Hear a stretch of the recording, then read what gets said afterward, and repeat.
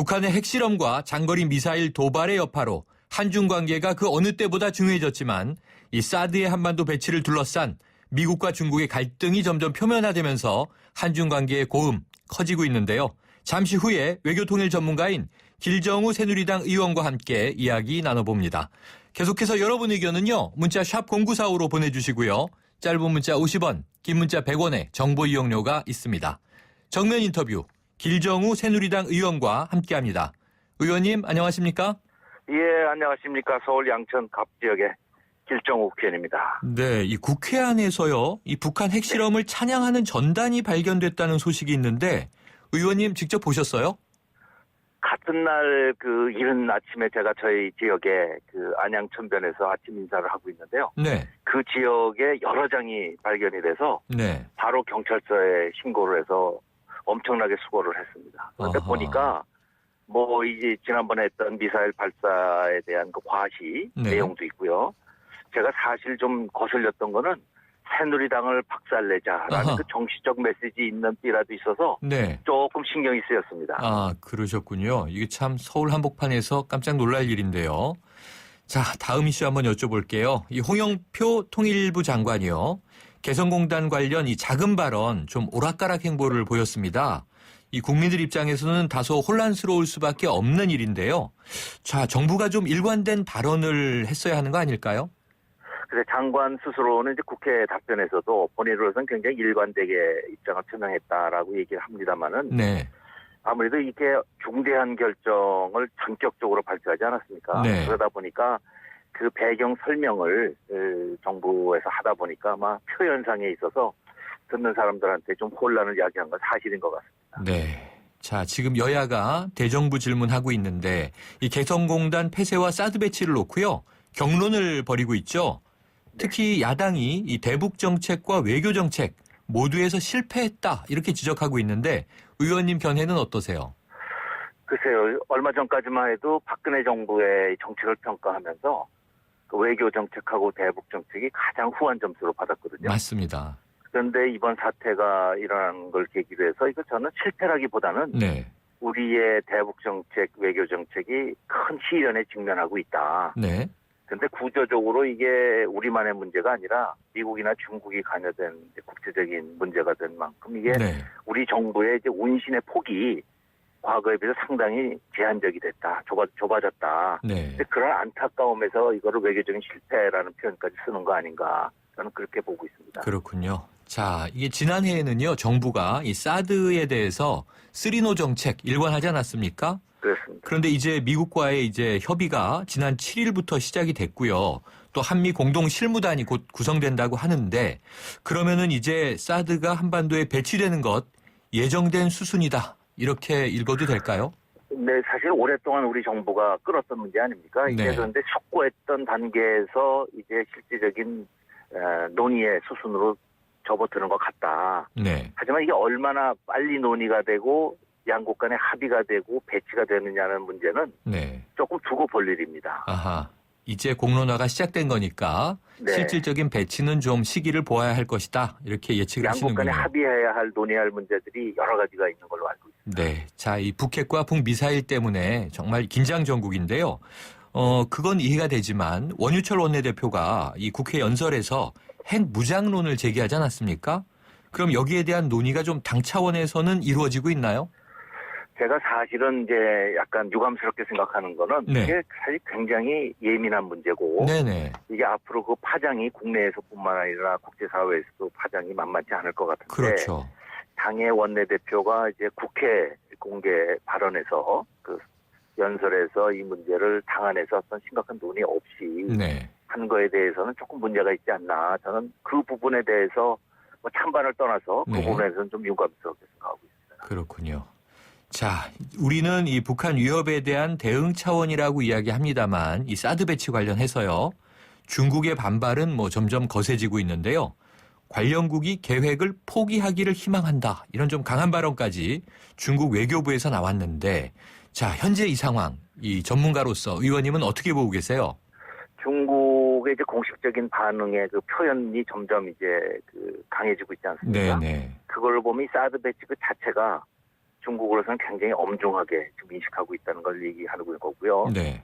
거기에 대해서 우리 정부는 이건 자주적인 결정의 문제다라는 원칙을 고수하고 있는데 저는 네. 우리 정부의 입장은 논리적으로 당연하다고 생각을 합니다. 네. 하지만은 그러한 반발하는 중국을 상대로 해서 우리가 정연한 그 설득 논리를 좀 만들어야 될 것 같아요. 네. 예를 들어서 이제 중국이 이제 사태에 발단이 된 그 북한의 핵이나 미사일 개발에 대해서 동결이라든가 네. 이 중단을 북한으로부터 약속을 받고 네. 중국이 이를 국제사회를 상대로 보장할 수 있다면은 그렇다면은 저희들의 사드 배치 문제도 다시 한번 숙고할 수 있다. 네. 예를 들어 이러한 만약에 논리를 중국 네. 정부를 상대로 한다든가 만약에 이런 우리의 설득 논리가 맥히지 않고 중국이 우리 한국 정부에 대해서 어떤 압박 수단을 구사할 가능성도 다 열어놓고 네. 거기에 대한 다양한 조치들에 대한 우리의 대응책 마련도 사실은 시작해야 될 것 같습니다. 네, 그렇군요. 명확한 논리와 함께 다양한 경우의 수에 대한 대비책도 필요하다. 이렇게 말씀 주셨어요. 그렇습니다. 자, 저희가 오늘 다룬 뉴스 중에 이 중국이 남중국해 미사일을 배치한 건이 있습니다. 미국과의 긴장감이 높아지고 있다고 하는데 이 중국이 이렇게 나오는데 혹시 우리의 사드 배치도 좀 영향을 줬다고 볼 수 있을까요? 직접적인 영향은 아니지만 네. 사실은 이제 중국의 그러한 그 조치라는 게 중국과 일본 간의 그 산까구 네. 샤오이다오라는 거기에 하고 지금 감정 대립을 하고 있고 미국이 일본 편을 확실하게 들어줬거든요. 네. 미일 동맹하에서 그걸 방어하겠다는 약속을 했기 때문에 중국과 미국 간의 동아시아에 있어서의 어떤 마찰, 알력이 본격적으로 시작이 된 거죠. 네. 그러한 조짐들이 여러 가지 나오는데 더더구나 이 한반도의 사드 배치 논의가 본격화되니까 중국으로서는 그러한 나름대로의 대응 조치를 한다고 지금 긴장을 수위를 높이고 있는 거죠. 네. 자, 지금까지 박근혜 대통령 중국과의 관계에 있어서 정말 공을 많이 들였고 이 평가가 좋았습니다. 지난해 전승절 열병식 모습 국민들이 많이 기억하고 있고요. 지금은 또 2014년에 약속한 이 판다 한 쌍이 선물로 들어오네요. 그런데 네. 이 사드 배치 때문에 너무 급속하게 한중 관계가 좀 나빠지고 허물어지는 느낌인데 어떻게 보세요? 이 앞으로 어떻게 좀 우리가 대응을 해야 될까요? 네, 우리 이제 양 정상 간의 한중 정상 간의 친분 관계가 이제 국가 간의 관계를 유지하는 데는 어떤 프리미엄이죠. 프리미엄 네. 작용을 하지만 국가의 이익이 부닥칠 때는 이게 굉장히 무력해집니다. 네네. 그런데 지금 말씀하신 것 같은 양국 관계의 악화될 가능성은 근거가 있는 우려다 이렇게 네. 보고 네. 다만 이제 중국으로서도 우리 대한민국이 갖는 전략적인 가치, 네. 북한이 아니라 네. 대한민국이 갖는 전략적 가치에 대해서 중국도 엄중한 평가를 해야 된다고 저는 보고 네. 우리가 이제 만만한 국가가 아니라는 거죠. 네. 전략적으로. 또 그에 걸맞는 한국에 대해서 중국이 대접을 해야 된다. 네. 그게 이제 기본적인 인식이 돼야 될 것 같습니다. 네, 지금 말씀하신 대로 참 미묘한 게요. 이 중국을 놓고 생각을 해보면 북한과의 관계 문제도 있고요. 또 우리와는 이 주요 교역 국가 아닙니까? 그렇습니다. 우리의 또 수출 의존도가 굉장히 높은데 또 우리 입장에서도 이 중국에 등을 돌려서는 참 여러 가지 이제 피해들이 예상이 되는데 그렇다면 이 복잡 미묘한 관계 속에서 의원님, 이 대중외교 어떤 기조로 좀 가야 좋겠습니까? 사실 우리의 수출의 4분의 1이 중국 시장을 겨냥하고 있는 거 아닙니까? 네. 우리한테는 굉장히 중요한 상대이죠. 하지만 이러한 우리가 지금 겪고 있는 외교적인 시련이라는 도전은 우리가 이 분단 상황이 있는 하에서는 또 한미 동맹을 유지하는 상황에서는 언젠가는 직면하게 될 네.